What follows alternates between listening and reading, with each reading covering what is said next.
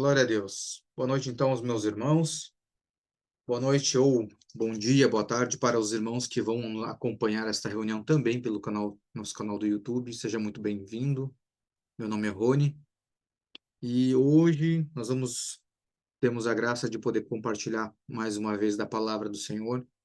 E o tema hoje, às vezes pode parecer que é um tema básico, mas acredito que a partir desse tema, né, nós esmiuçar um pouquinho mais desse assunto, eu acredito que vai nos trazer clareza e certeza de muitas outras coisas, muitos outros assuntos que virão daqui para frente, né? E o assunto que nós vamos trazer hoje aqui é sobre o pecado, né? Acredito que, com o passar do tempo, a gente acaba não falando a respeito desse assunto em vários aspectos, né? Com o passar do tempo, que eu digo não somente da nossa geração, mas de toda a geração da humanidade, parece que esse nome foi perdendo a força do seu significado, mas não a força da sua ação, né? O que era pecado agora foi virando erro, ou deslize, né? Ou um acidente, mas na verdade tudo isso é pecado. Pecado é pecado. Pecado não é o erro, é um pecado. E acredito que quando nós compreendemos sobre o que se trata, né, a seriedade deste assunto, acredito que nós vamos ter ciência e consciência de como nós conduzirmos as nossas vidas acerca desse assunto. Amém? Tem um texto base que eu quero trazer aqui para que a gente comece, né, na leitura, que está lá em Romanos 5, a partir do 12. Para a gente dar início aqui e nós vamos falar um pouquinho a respeito desse texto aqui. Romanos 5, a partir do 12. Vou pegar aqui para nós lermos. E vai dizer assim: Portanto, como por um homem o pecado entrou no mundo, e pelo pecado a morte, assim também a morte passou a todos os homens, porque todos pecaram, porque até a lei o pecado estava no mundo. Mas o pecado não é imputado quando não há lei. No entanto, a morte reinou desde Adão até Moisés, até mesmo sobre aqueles que não tinham pecado, à semelhança da transgressão de Adão, o qual é a figura daquele que há de vir. Mas o dom gratuito também não é como a transgressão, porque se pela transgressão de um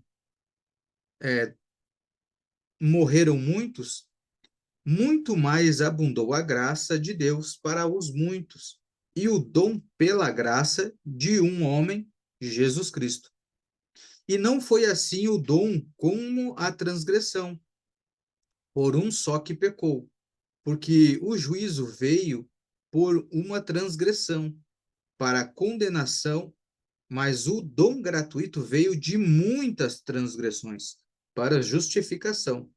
Porque se pela transgressão de um homem a morte reinou por meio de um, muito mais os que recebem a abundância da graça e o dom da justiça reinarão em vida por meio de um, Jesus Cristo.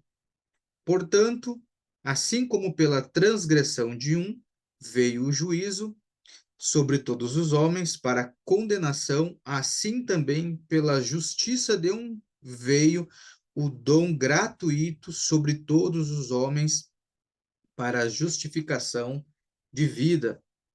Porque assim como pela desobediência de um só homem, muitos foram feitos pecadores, assim pela obediência de um, muitos são feitos justos.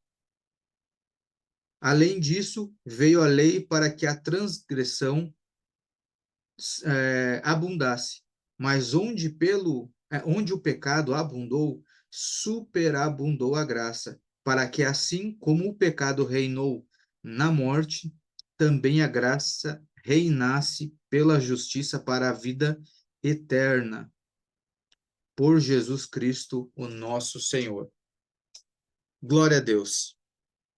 Então, quando nós lemos aqui esse texto ele é bem completo, que vai estar nos falando aqui um pouquinho sobre a questão da nossa salvação e também abordando aqui um pouquinho sobre o pecado. Porque o que eu quero trazer aqui para que mais para frente nós consigamos avançar com este assunto. Aqui no versículo 19, olha o que ele vai dizer assim: porque assim como pela desobediência de um só homem muitos foram feitos pecadores, assim pela obediência de um muitos serão feitos justos. Então, quando nós lemos esse texto, o que nós temos que pensar? O que me fez pecador? Os pecados que eu cometo ou o pecado que eu herdei de Adão? O que me torna um pecador? Lembra que nós lemos ali naquele versículo 19: porque assim pela desobediência de um só homem, muitos foram feitos pecadores. Assim pela desobediência de um, muitos, assim pela obediência de um, muitos foram feitos justos. O que esse texto aqui ele está nos apontando? O que ele pode nos mostrar? Ele pode trazer clareza acerca do pecado. Porque, primeiro, nós temos que discernir que existe pecados e o pecado. E aí agora nós temos que compreender o porquê que eu sou um pecador. É por conta do pecado ou dos pecados? E eu sou um pecador por quê? Porque eu peco? Porque eu pequei? Ou porque eu peco?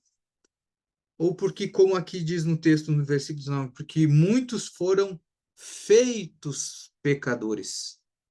Ou seja, nesse texto aqui ele fica bem claro, ele nos deixa bem claro que o pecado, na verdade, foi uma herança que nós recebemos de Adão, pela transgressão de um, diz o texto. Ou seja, pela transgressão de um, nós nos tornamos pecadores. Ou seja, nós somos condenados, aliás. Então, o que me condena, o que me condenou, não são os pecados que eu cometo, porque é o que o texto deixa bem claro. O que, na verdade, me condenou foi o pecado de Adão. Isso foi o que me condenou. Ah, mas e os pecados que eu cometo? Bom, os pecados que eu cometo, eu só cometo porque eu herdei essa natureza de Adão. Eu só cometo pecados porque o pecado de Adão, agora em mim, já veio de fábrica. Quando eu já nasci com o pecado. Eu não me tornei pecador. Eu não nasci sem pecado, e aí depois de uma certa idade eu vim a pecar e me tornei um pecador. Não. Quando eu nasci, eu já nasci com esse pecado. Tá, mas o que tem a ver tudo isso? Isso aqui depois, mais para frente, vai fazer todo sentido sobre nós diferenciarmos os pecados e o pecado. O pecado que foi cometido lá por Adão. Então vamos seguir ali. Se uma pessoa, né, como eu falei aqui, se uma pessoa então, digamos que nascesse e nunca pecasse, o que ela seria essa pessoa? Ainda assim seria um pecador. Ah, mas ela nunca cometeu nenhum pecado. Ela nunca pecou. A questão é que o pecado foi uma herança que ela recebeu. A própria Bíblia diz que todos pecaram em Adão. Ele pecou e nós herdamos essa herança. E nós pecamos por conta dessa herança. Então, né, não existe, né, a pessoa no natural que nasça sem o pecado, exceto o nosso Senhor Jesus Cristo, que não nasceu da forma natural entre um homem e uma mulher, mas sim o Senhor, ele nasceu, né, da mulher e do Espírito. Mas de uma forma natural, se tivesse a possibilidade de alguém nascer sem o pecado, ainda assim ela seria, sem pecar, no caso, ainda assim essa pessoa seria um pecador, por conta da herança, e não pelo pecado que ela comete. O que que isso implica? Que a minha salvação, depois nós vamos ver isso adiante, ela não depende de mim. Porque se é por conta dos pecados que eu cometo, logo o Senhor não teria nos salvo. O Senhor não teria nos dado esse presente, essa salvação, já que eu ainda peco. Por isso que quando o Senhor ele vai resolver essa questão do pecado, ele resolve em relação ao pecado de Adão, e não aos pecados que a humanidade comete. Ele trata na fonte, na raiz. Quer ver? Pensa comigo. Por exemplo, nós temos uma enfermidade no corpo, né? Na parte mais interna do corpo. Porém, essa enfermidade ela começa a produzir algumas inflamações, até que daqui a um pouco começa a estourar algumas bolhas, alguma coisa na nossa pele.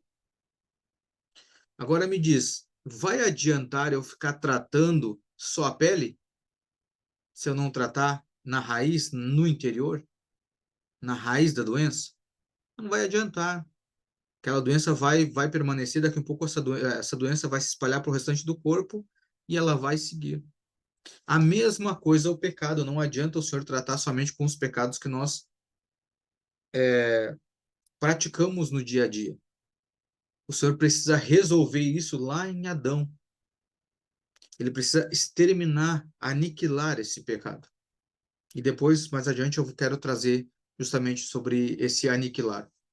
Olha só, como eu falei, trazendo aqui de volta, eu não sou o pecador porque eu peco, mas sim eu peco porque eu fui feito um pecador. No versículo 12, ele fala isso, ó, portanto, como por um homem entrou o pecado no mundo e pelo pecado a morte, assim também a morte passou a todos os homens. E aí no versículo 19 vai dizer assim, porque assim como pela desobediência de um só homem, muitos foram feitos pecadores. Então eu sou um pecador não é porque eu peco, eu fui feito pecador por conta do pecado de Adão. Eu só peco por conta do pecado de Adão e não ao contrário. O que é esse o pecado? O pecado original, o pecado inicial. O que é esse pecado? É a natureza, é a essência, é a raiz. Como eu falei em relação a aquela enfermidade, ela se torna parte da natureza humana. E o que são os pecados? Os pecados, eles são os atos, né, que cometemos em desacordo com a palavra de Deus por causa do pecado que habita em nós. Ou seja, aquilo que eu pratico, o pecado que eu pratico, só pratico porque o pecado habita em mim, porque eu herdei isso. E a Bíblia chama das obras mortas. Não sei se vocês lembram, mas o Senhor chama de obras mortas. Então, os pecados, elas estão nas nossas atitudes. Já o pecado, ele está no nosso corpo. É como se fosse o nosso DNA. Ele está no nosso corpo. E o pior disso é que não tem como você separar o pecado do nosso corpo, não do corpo. Por isso que nós vamos ver que, pelas Escrituras, que no fim dos tempos nós vamos ganhar um corpo glorificado, um novo corpo do Senhor. E aí, através disso aqui, agora nós vamos conseguir compreender um pouquinho sobre a nossa salvação, sobre a salvação em três tempos: espírito, alma e corpo. que são os nossos processos. Mas falando aqui de um modo geral, nós compreendemos que essa salvação, quando nós recebemos, ela se dá primeiramente do Espírito. É automático quando nós recebemos essa salvação. Porém, ainda precisa nós ter um conserto com a nossa alma e o nosso corpo, o Senhor vai precisar fazer o quê? Nos dar um novo, porque ele não tem como restaurar o nosso corpo. Nós vamos ver isso aqui. Olha só, Deus ele vai tratar com o pecado, que é a causa da nossa morte. Vamos ler lá em 1 Coríntios. 1 Coríntios 6. 1 Coríntios 6, 17. Vai dizer assim: mas o que se ajunta com o Senhor é um só espírito. É um só espírito. Ou seja, o que acontece? Quando Adão pecou, ele nos fez, todos nós, toda a humanidade, ele nos tornou pecador. Todos nós nos tornamos pecadores por conta do pecado de Adão. E através desse pecado passou a morte para nós. Amém? Agora, quando nós reconhecemos Jesus Cristo como Senhor e Salvador, quando nós confessamos que ele morreu e que ele ressuscitou, nós recebemos vida da parte de Deus. E que vida é essa?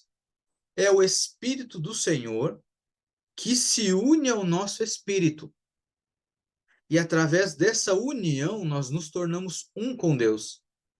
E a partir dessa união, o Senhor nos dá vida, agora no espírito.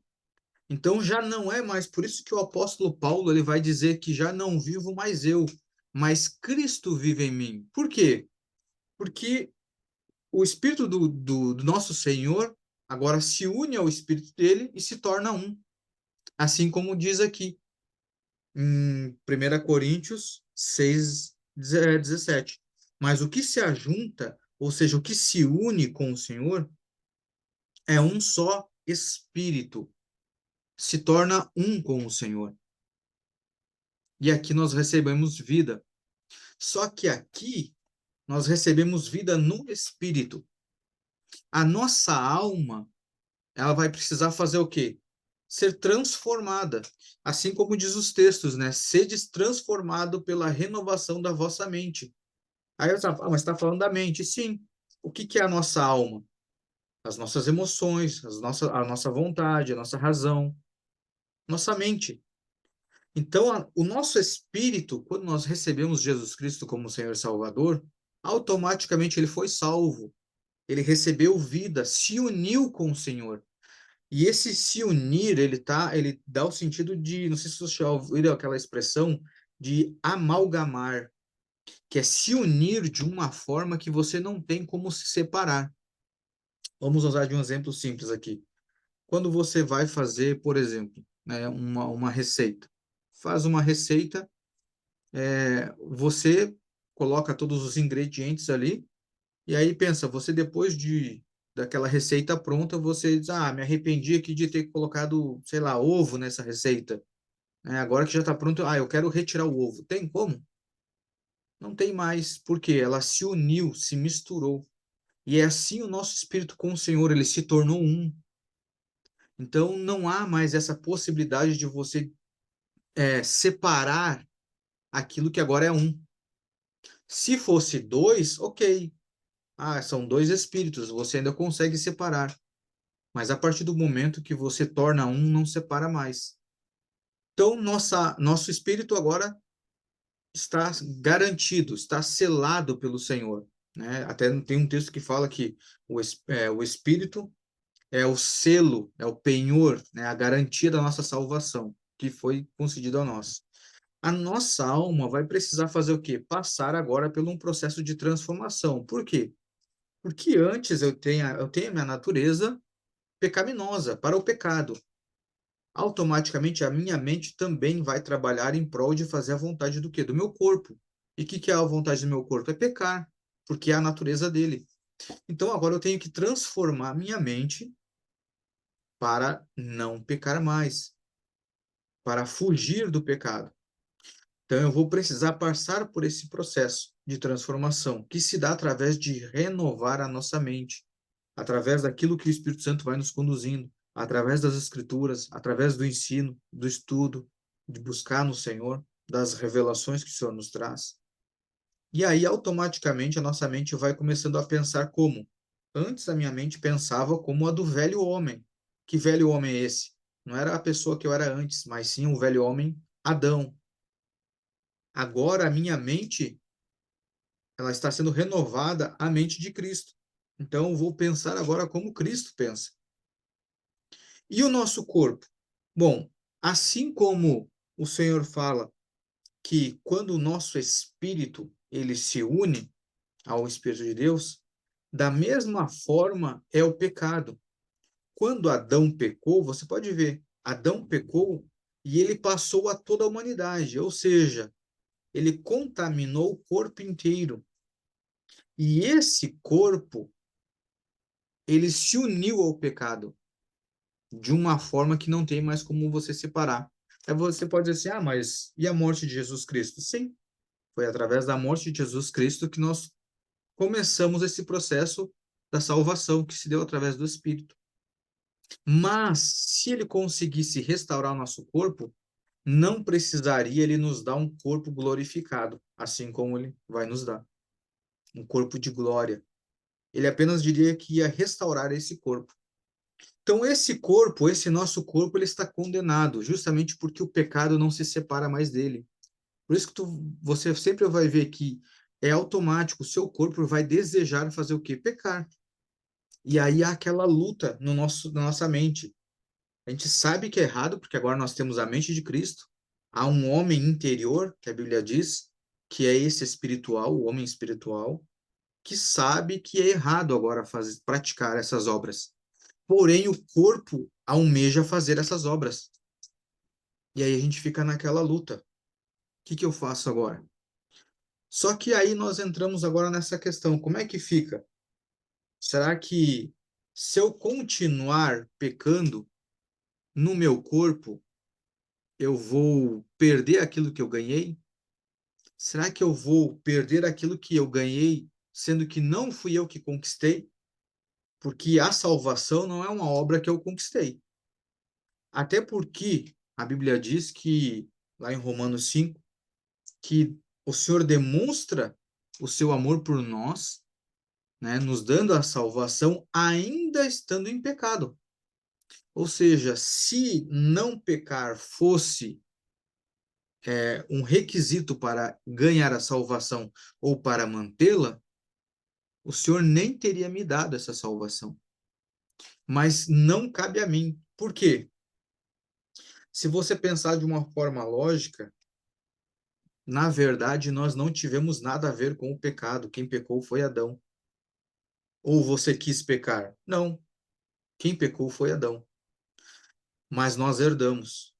E como diz a Escritura, como entrou por um homem, saiu também por um homem, por Cristo Jesus. Então, essa obra da salvação não é uma obra que compete a nós realizar, e sim compete a quem? Ao Criador, ao Senhor. Aprove a Ele dar a nós, mesmo nós estando em pecado. Ou seja, então não cabe a mim. Isso é, como a Bíblia diz, isso é um dom de Deus. É um dom gratuito. Então, mas tu está dizendo então que eu tenho então um livre acesso para pecar. Então eu posso pecar agora a vida inteira que não tem problema nenhum. Não, não é isso. Não é isso. Você só peca por conta do pecado original. Mas agora você tem ciência de que é errado, que é pecado. Então a Bíblia não nos aconselha a continuar nessa prática. Isso não é uma carta de alforria. Não, agora você pode pecar à vontade. Não, não faça isso. Não é uma autorização. Agora, eu não posso condicionar as pessoas. Ó, você tem que se comportar para você ser salvo. Ah, você tem que ser uma boa pessoa para você ser salvo. Ah, você tem que deixar de fazer tal coisa para você ser salvo. Não.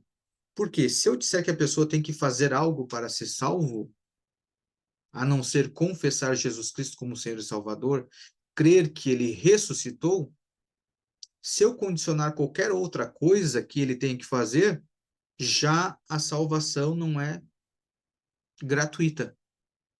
Ela tem um preço. Ah, você tem que deixar de ir para a balada para ser salvo. Ou seja, o preço da minha salvação é eu deixar, é mudar o meu comportamento.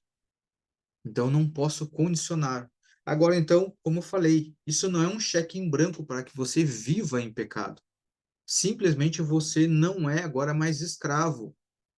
A graça, essa salvação, ela não veio de nós. Isso, mas o que tem a ver? Eu sei que a graça é um dom de Deus. E o que tem a ver isso, irmãos? Quanto mais nós compreendemos que essa graça não veio de nós, que nós não tivemos que fazer nada para ganhar, que nós não merecemos, nós vamos entender a grandiosidade cada vez mais do nosso Deus. Mesmo nós estando em pecado, mesmo nós não merecendo, Ele nos deu. Ele sustenta. Vamos avançar aqui, quero trazer uns outros textos aqui para nós trazer mais exemplos sobre isso. João 17, do versículo 20 ao 23, ele vai dizer assim: E oro não somente por estes, mas também por aqueles que pela sua palavra hão de crer em mim. O que ele está dizendo? O Senhor está dizendo aqui que ele está orando não só por aqueles que estavam com ele naquele tempo, mas está dizendo assim, ó, que ele ora também por aqueles que pela sua palavra, ou seja, pela palavra de Deus, que é o próprio Cristo, hão de crer em mim. Ou seja, aqueles que ainda vão vir e vão crer, ou seja, nós, para que todos sejam um, como tu, ó Pai, estás em mim e eu em ti, que também eles sejam um em nós, para que o mundo creia que tu me enviaste. Eu dei-lhes a glória que tu me deste, para que sejam um, como nós somos um, eu neles e tu em mim, para que eles possam ser feitos em unidade, possam ser perfeitos em unidade, e para que o mundo conheça que tu me enviaste e que os amaste, assim como me amaste. Ou seja, aqui o Senhor está dizendo, confirmando aquilo que nós estamos falando, quando nós recebemos o Senhor no Espírito, que nós nos tornamos um com Ele. Então, o que eu tenho que observar aqui? Se eu me torno um com o Senhor, ainda que eu peque, o meu pecado condena o quê? O corpo, o corpo físico. Porque o meu espírito está guardado no Senhor, está um com o Senhor. Se eu disser que eu estou condenado, recebi a salvação. Mas aí eu pequei. Então agora eu estou condenado novamente. Se eu disser que eu estou condenando todo o meu ser, é a mesma coisa que eu disser que eu então estou condenando Cristo também. Por quê? Porque Cristo agora é um comigo, no Espírito. E eu não posso condenar o Cristo.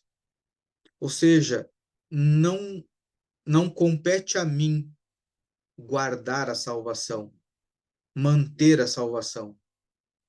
Isso é competência do nosso Deus.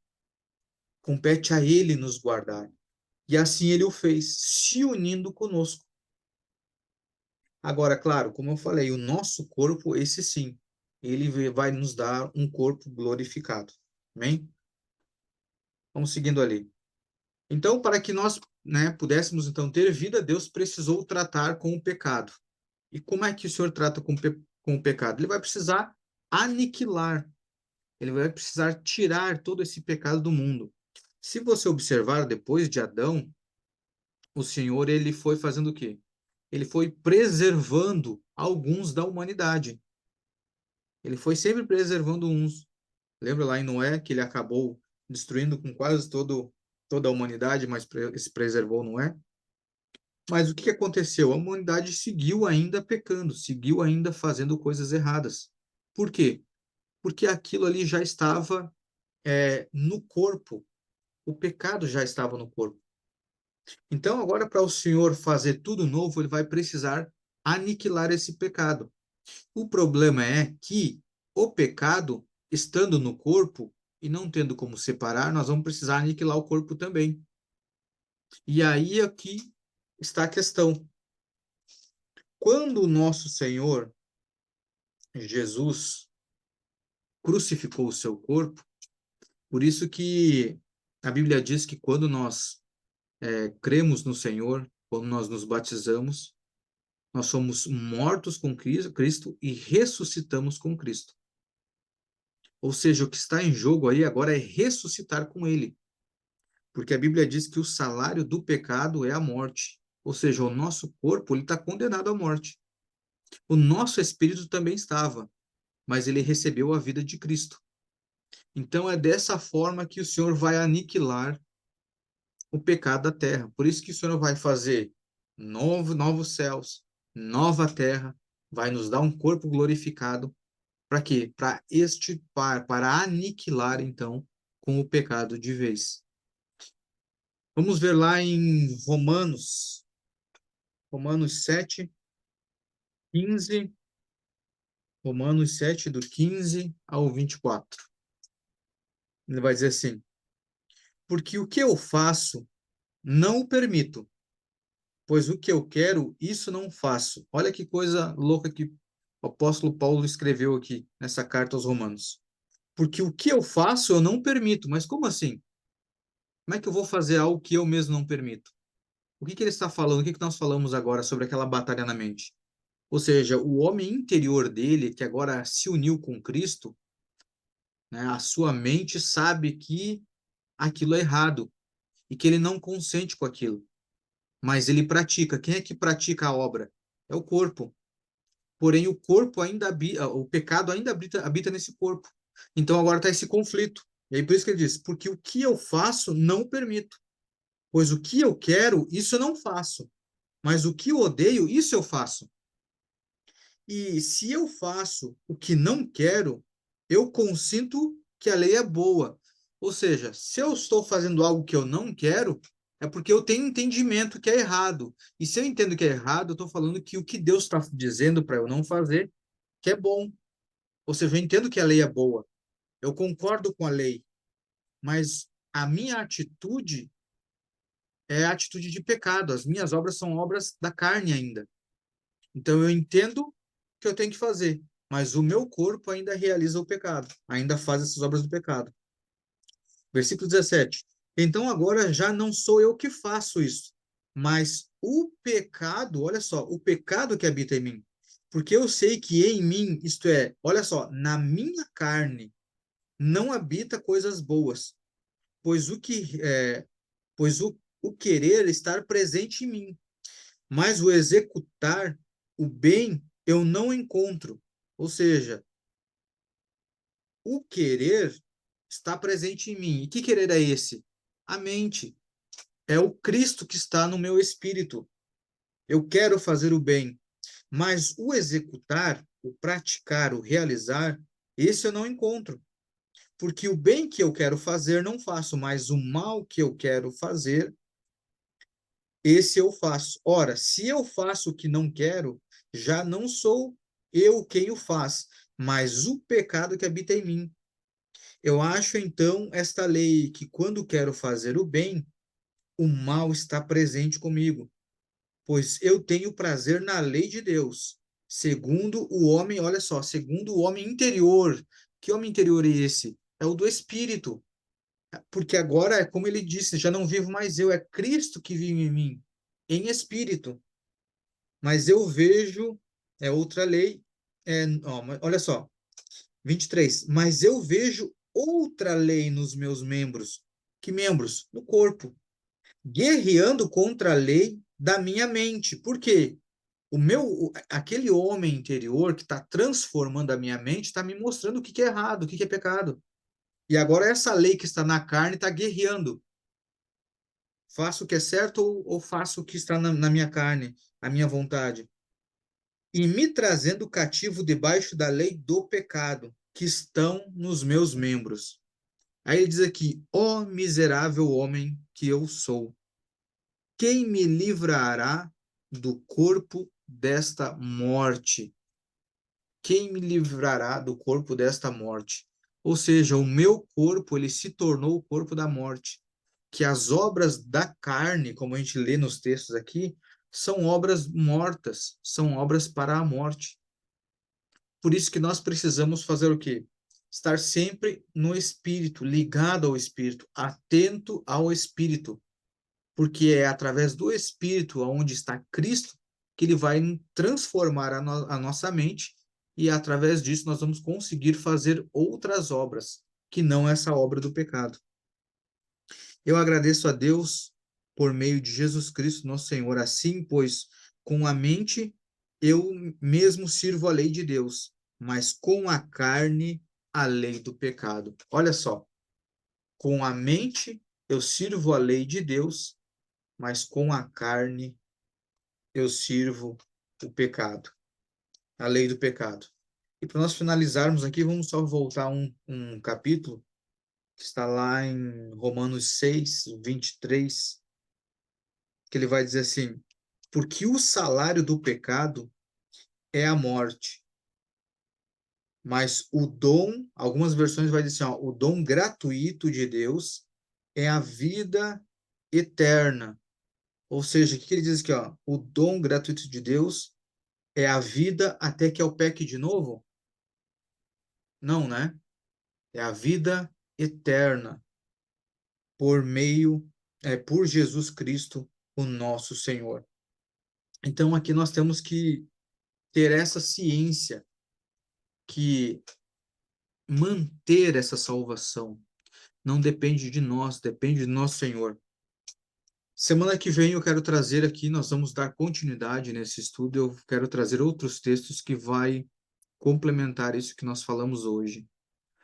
Mas hoje nós vamos ter que saber o quê? Que o que me condenou não é o pecado que eu cometo, mas sim o pecado que eu herdei. O pecado que eu cometo só é resultado da minha herança. É resultado da minha herança. O meu comportamento, as minhas ações, é resultado daquilo que eu herdei. Se eu não tivesse herdado o pecado, eu não pecava. Se eu tivesse herdado vida, vida eterna, era a vida eterna que eu estaria praticando, ou que eu estaria passando, que eu estaria gerando. Então, não são os nossos pecados que nos condenaram, mas sim o pecado de Adão. E por que que isso tem que ficar bem claro para nós? Porque, irmãos, nós fomos alcançados pelo nosso Senhor Jesus Cristo. E aprove a Ele nos dar a salvação. Ou seja, o Senhor já se uniu conosco.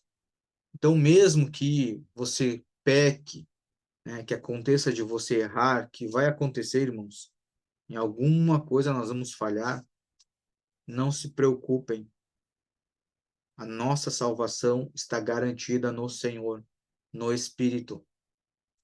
Claro que, vou afirmar novamente, vou repetir, isso não te dá um cheque em branco para que você viva agora loucamente, viva pecando de qualquer forma, longe da vontade do Senhor, porque o Senhor agora se uniu contigo, né, o Espírito dele, e ele garantiu essa salvação a você. Por quê? O pecado, ele teve uma consequência, que foi o quê? Passar a morte para todos os homens. O pecado, lá de Adão. Agora, os pecados, eles têm uma consequência aqui nesse tempo ainda. Tem diferença. É a mesma coisa de você, por exemplo, comparar crimes ou comparar algumas situações. Por exemplo, uma mentira é um pecado. Assassinato é um pecado. Os dois são pecados, porém com consequências distintas. Então, nós temos a consequência do pecado é a original, a de Adão, que nos passou a morte para nós. Agora, se eu viver uma vida de acordo com a minha vontade, eu terei consequências também aqui. Só que essa consequência não é, digamos, a minha morte espiritual, perder a minha salvação, porque isso está relacionado ao espírito. E ao espírito, quem garante é o próprio Senhor. Na próxima semana eu quero trazer um texto aqui para nós meditarmos, e isso aqui vai ficar um pouco mais claro sobre essa questão da nossa salvação estar garantida não por nós, porque não somos nós que garantimos a nossa salvação. Depois que eu ganho ela, não sou eu que a mantenho. Não é pelo meu bom comportamento que eu vou a manter. Não depende de mim. Na próxima semana eu vou trazer os textos e nós vamos observar isso, que quem mantém, quem garante isso é ele. Agora, claro, como eu disse aqui, o pecado, né, os pecados que nós cometemos, ele vai ter uma consequência sim, ainda nesse tempo. Porém, como o Senhor diz, aquele que começou a boa obra, ele é fiel para cumprir.